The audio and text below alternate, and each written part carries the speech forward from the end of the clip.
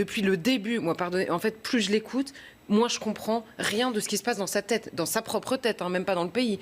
C'est-à-dire que y a un moment où, en fait, ce qui compte dans le pays, c'est les entrées en réanimation. 3 semaines après, ce qui compte dans le pays, en fait, c'est le nombre de gens qui sont positifs dans les tests. Donc déjà, c'est 2 chiffres qui sont très différents. Donc je vois pas comment on peut suivre l'état de l'épidémie dans le pays. Ensuite, l'Allemagne, c'est un modèle. En fait, c'est un contre-modèle le jeudi. Ensuite, effectivement, le mardi, les enfants doivent aller à l'école. C'est super important. L'école, c'est super important. Là, s'il y avait bien un truc sur lequel on était tous d'accord.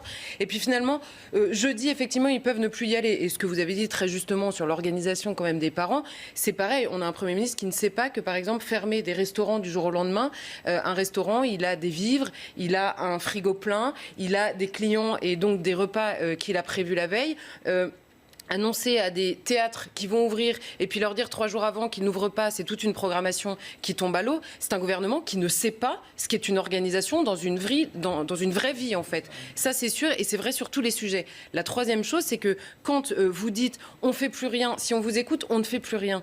Mais attendez, depuis le début de cette épidémie, s'il y a bien des gens qui ont fait des choses, c'est les soignants, évidemment, mais les Français. Mettre le masque, respecter le confinement, tout, depuis le début, ne dépend que de nous. Tout ce qui devait dépendre du gouvernement a foiré, en fait, pour le dire très simplement. Donc moi, je veux bien qu'en plus, Jean Castex, au bout du compte, arrive et nous dise « ça va dépendre de vous, ça dépend de vous ». Bah, ça, on a bien compris que ça dépendait de nous. Mais sur les tests, alors tout à coup, ça ne sert plus à rien, alors que ça fait 6 mois qu'il nous dit ça. Sur les lits de réanimation, on va en faire plus, nous disait Olivier Véran lui-même en mars dernier. Et puis 6 mois après, il nous dit « ça ne sert à rien, on ne peut pas former les gens en si peu de temps ».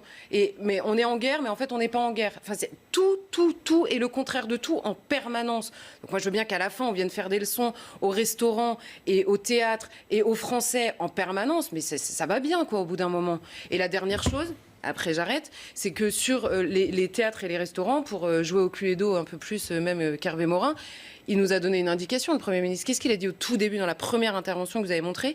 Elle lui dit, est-ce que ça correspond à aux décisions que vous avez prises au gouvernement? Que répond Jean Castex? Oui. Elle lui dit, ah bon? Et il dit, oui. Les contaminations sont principalement dans les lieux privés. Exactement ce que vous disiez sur l'étude anglaise. Donc il ne dit pas oui, c'est principalement dans les restaurants, dans les entreprises, dans les facs ou je ne sais pas quoi. Mais c'est pour ça qu'ils sont très ennuyés. La vérité, c'est qu'ils sont très ennuyés avec cette étude. C'est dans les lieux privés. C'est ça la vérité. C'est pour ça qu'elle ne sort pas. Parce que si elle accréditait ce qu'ils ont fait depuis des mois, l'étude, elle serait déjà évidemment publiée. Ça va durer encore longtemps. Gratte-neuf, la Spontex qui gratte longtemps.